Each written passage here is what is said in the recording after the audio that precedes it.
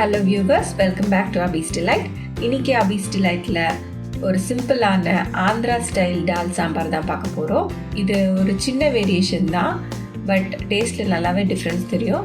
But இதெல்லாம் பார்க்குறதுக்கு முன்னாடி நீங்கள் நம்ம சேனலில் இன்னும் சப்ஸ்கிரைப் பண்ணலைன்னா சப்ஸ்கிரைப் பண்ணிக்கோங்க. இப்போ தான் நான் போடுற எல்லா ரெசிபீஸையும் நீங்கள் பார்க்க முடியும்.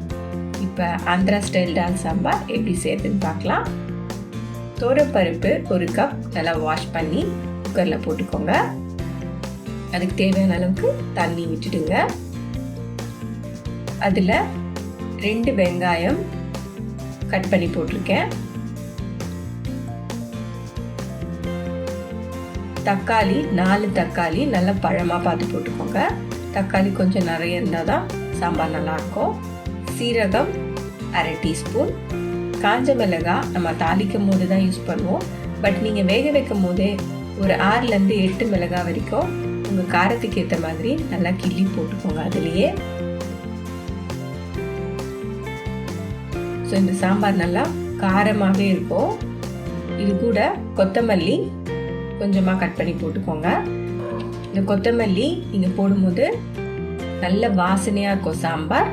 அது கூட மஞ்சள் தூள் 1/4 டீஸ்பூன். இது எல்லாத்தையும் சேர்த்துட்டு குக்கரில் 4லேருந்து 5 விசில் வரைக்கும் விட்டு ஆஃப் பண்ணிவிடுங்க. லோ ஃப்ளேமில் வச்சு விசில் விடுங்க. அது நல்லா குழைவாக வரும் பருப்பு. இப்போ பருப்பு நல்லா வெந்தாச்சு. இதில் இருக்க வெங்காயம், தக்காளி, காஞ்ச மிளகாய் இது எல்லாத்தையும் நல்லா நசுக்கி விட்டுடுங்க.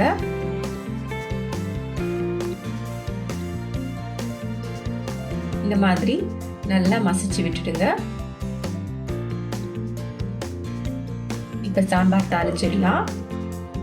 5 டேபிள் ஸ்பூன் அளவுக்கு எண்ணெய் விட்டுருக்கேன். எண்ணெய் காஞ்சதும் 1/2 டீஸ்பூன் கடுகு,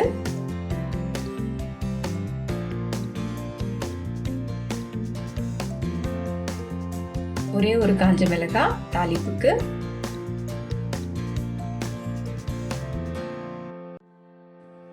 பூண்டு 5 பல்லு நசுக்கி போட்டிருக்கேன்.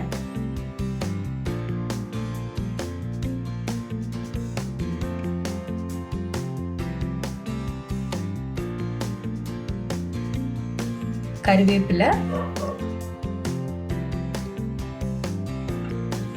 இப்போ நம்ம மசிச்சு வச்சிருக்க பருப்பை சேர்த்துக்கோங்க.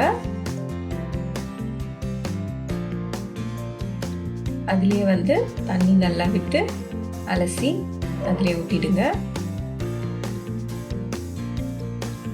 பெருங்காயத்தூள் 1/4 டீஸ்பூன். கொத்தமல்லி,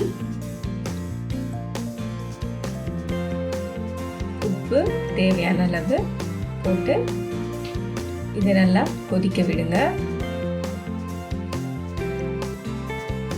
இந்த சாம்பார் ரொம்பவே நல்லா இருக்குங்க. ரைஸுக்கு, சப்பாத்தி, தோசை எல்லாத்துக்குமே நல்லாயிருக்கும்.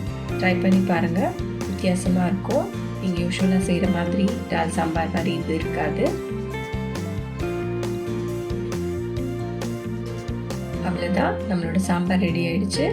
இது போல் நீங்கள் செஞ்சு பார்த்து இந்த ரெசிபி உங்களுக்கு பிடிச்சிருக்கா இல்லையான்னு எனக்கு கமெண்ட் செக்ஷனில் சொல்லுங்கள். நான் போடுற ரெசிபீஸ்லாம் உங்களுக்கு பிடிச்சிருந்ததுன்னா என்னோடய சேனலை லைக் பண்ணுங்கள், ஷேர் பண்ணுங்கள், கமெண்ட் பண்ணுங்கள். தேங்க்யூ.